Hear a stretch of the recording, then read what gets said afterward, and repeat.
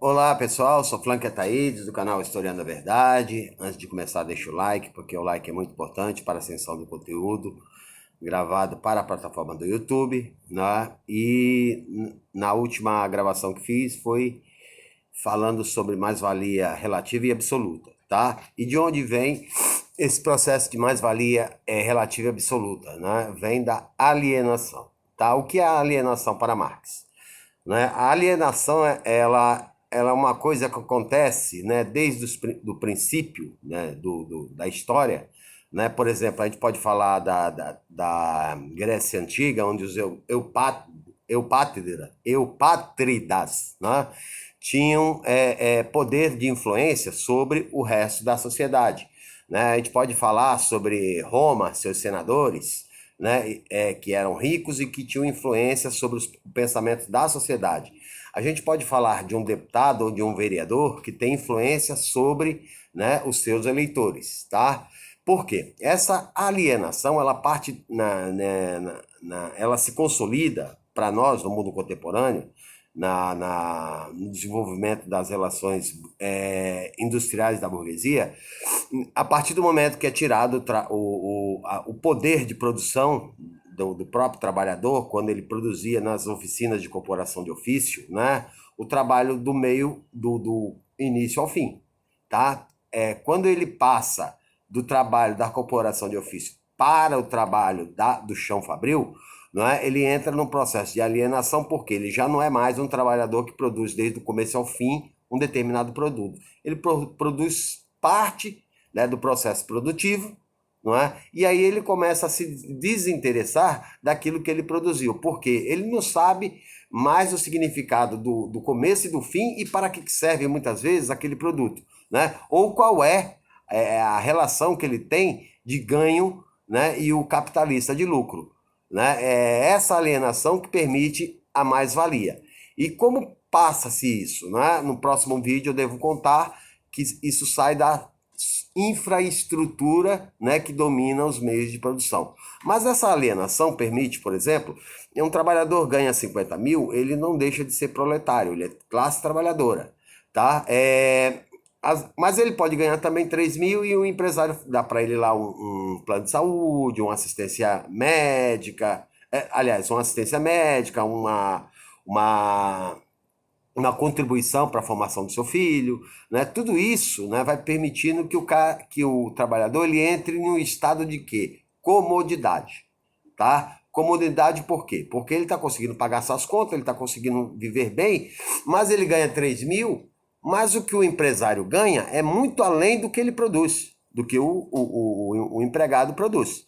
Tá? E essa mais-valia, né, com o passar desde a Revolução Industrial em diante, né, através da alienação, essa mais-valia ela se desenvolveu, né, e ganhou muito mais lucratividade em cima em cima do trabalho, não é que hoje as pessoas já não conseguem mais distinguir o que é, tá? Por exemplo, você pega uma prova cabal nesse livro do Thomas Piketty, né, o francês Thomas Piketty, que ele faz um levantamento dos últimos 200 anos em relação a ganhos e lucros. Tá? 200 anos, 20 países, né? Dentre eles Estados Unidos, Inglaterra, França, não é? E ele percebe com dados oficiais que, né, o lucro, não é, vem sempre aumentando e o salário vem sempre diminuindo. Né? Uma prova cabal disso foi recentemente uma greve geral dos camisas amarelas, né? Dos jaquetas amarelas na França. Por quê? Na França eles já estavam observando que o avô, né, aquele trabalhador, meu avô vivia melhor, meu pai vivia melhor, eu estou vivendo um pouco menos melhor do que eles, e meu filho viverá menos bem do que eu vivo. Tá? Então está se lutando para não se perder direitos. Por quê? Está se aumentando a concentração de renda no mundo, não é? Porque devido à alienação, o trabalhador não percebe a importância do seu valor de trabalho. Tá? O que Marx chama da alienação imposta, né, pela infraestrutura que o trabalhador não consegue entender. Né? Então a alienação ela sempre existiu, né, em todos os tempos, né, e em todos os tempos os interesses, né, do trabalhador né, do camponês, né, do trabalhador burguês, né, do trabalhador da burguesia, são antagônicos. Por quê? Para o burguês ficar rico, não é, ele tem que explorar mais o trabalhador. O trabalhador tem um outro objetivo, ele quer sempre ganhar mais. Mas se ele ganhar mais, né, o burguês não consegue o seu objetivo. E se o burguês não consegue seu objetivo, né, dando para o trabalhador, ele perde mercado de trabalho. Então, o conceito geral do capital é sempre a exploração. Não é? É sempre o valor do trabalho do trabalhador ser sempre menor do que aquilo que ele produz. Tá? Ele vai produzir em larga escala durante um dia, né, o que ele não vai ganhar durante um mês. Né? E ele não vai perceber isso, por quê? Porque ele é alienado pela infraestrutura. Tá? Tem indústrias hoje que chamam trabalhadores de colaboradores, só são colaboradores, mas na hora de repartir o lucro, não existe essa colaboração. Tá? Então, o conceito de alienação é o quê? Já foi imposto desde a Revolução, desde o princípio da Revolução Industrial, né?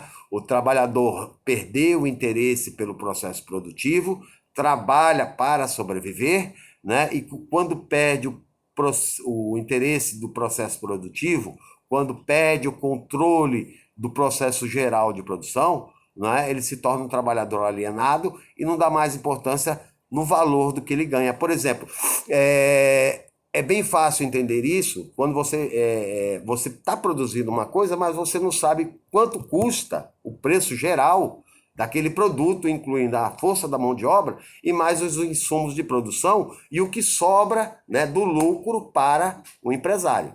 Né? Mas você percebe, embora não saiba como, que o empresário sempre fica mais rico, né, e o trabalhador continua na mesma situação, se não pior.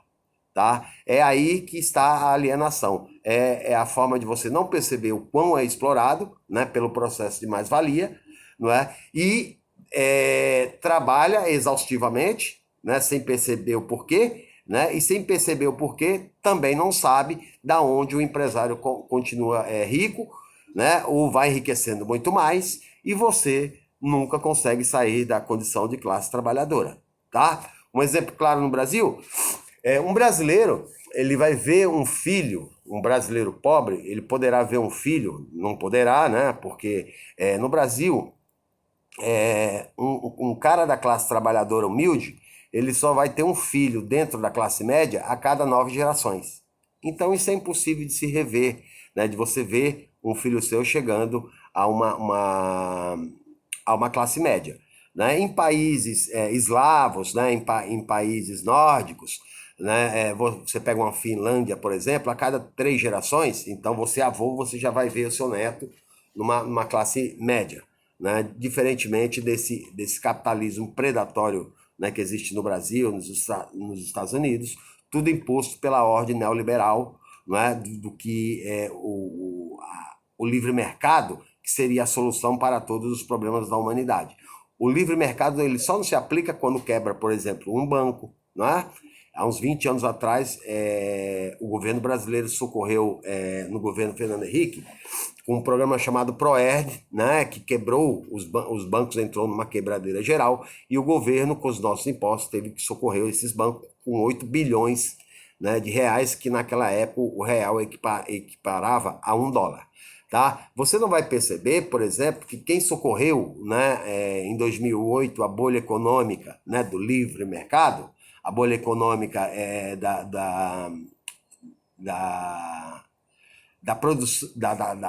da moradia, né? Que houve uma explosão de supervalorização de moradias, e quando elas começaram a ser desvalorizadas, houve uma quebradeira e quem socorreu foi o capital do imposto da sociedade.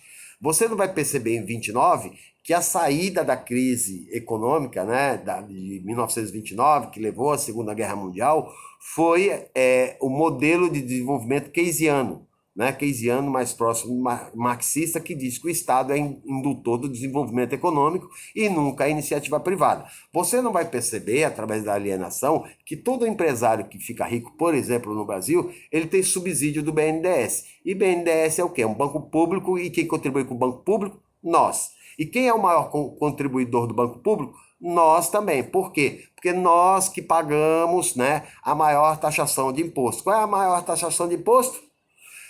É o imposto sobre produtos. Qual é a maior categoria que paga imposto sobre produtos? 80% do brasileiro está na classe trabalhadora e gasta tudo que tem. Então, quase tudo que ele gasta, né? Aliás, tudo que ele gasta, 30 a 40% volta para o Estado, né? Para o Estado, para o BNDES, né? Investir em grandes empresários para que ele desenvolva novas indústrias ou que vai até para o pagamento das dívidas públicas, não é? Que os rentistas ganham sem pagar nenhum tipo de imposto, né? E ficam cada vez mais ricos.